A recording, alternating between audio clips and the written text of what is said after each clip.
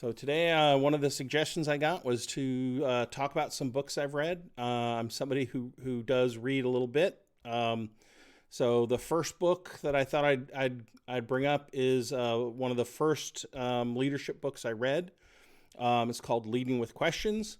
It was suggested to me by my HR generalist at the time, Sherry Lee. Um, at the time, it was my first time as a director, and I had gone. Part of my team was in Copenhagen, part of my team was in Fargo, and I made the mistake of going to Fargo and Copenhagen and treating them like Redmond people. At the time, I didn't know better, but I learned very quickly in that role. And this was one of the books that helped. And the premise of this book really is, at least with old time Microsofties, we like to come in and say how things are going to work rather than ask. And when you ask, you involve people. And if you remember last week, I posted about asking and telling. Asking works a lot better. And if you can come up with the right questions and you can get people to think through the problems, then you'll help them come to better solutions. And so that's the premise of this book. I found it very good. Um, so the next book is Great at Work. There's two big things out of this book that I took. One is you don't have to do everything. Pick a small set or a medium set of things to go do and do them extraordinarily well. When you do that, as the book describes, you become valued because it's that quality of work that seems to matter, that mostly matters. The other one that was really kind of took me a little bit to understand is this concept of don't always collaborate. There's a cost of collaborating between teams, and you should make sure that there's value coming out of that collaboration before you start, because there is that additional cost of working across teams. Now, I'm a big fan of collaboration, but the point's, I think, still valid, which is make sure that's a collaboration that is going to really return your investment in the time.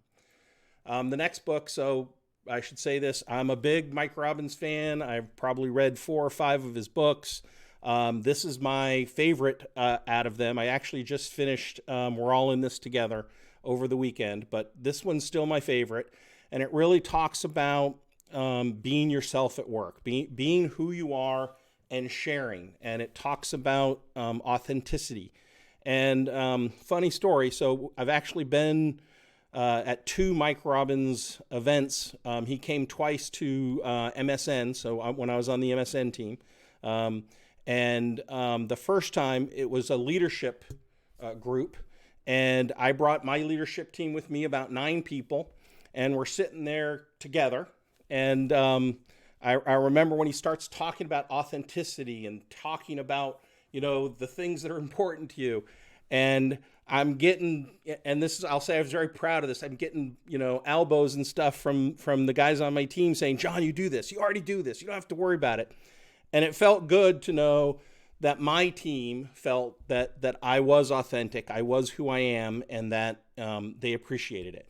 And this book is all about how to build relationships, how to do it in an authentic way, how to be yourself, and how to be, comfortable and being vulnerable with being who you are in a work environment.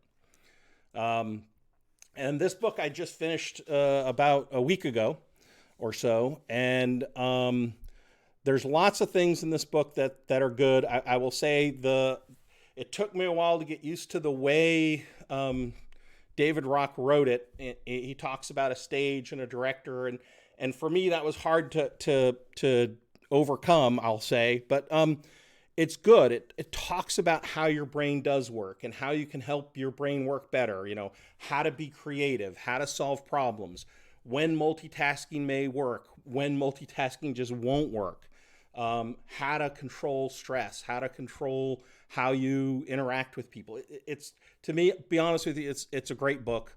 I loved it. And then the last book, this is less of a leadership book and more of a personal growth book. I've actually read this book, I think, 3 times now. And the reason why is it helps remind me of the things that are important. It helps remind me that motivation comes from within, and that you control that. You control your own motivation. You control, and it gives you suggestions and ideas on how to, understand that part of you that helps you accomplish the things that you accomplish. Again, thanks for everybody who's watching. See you.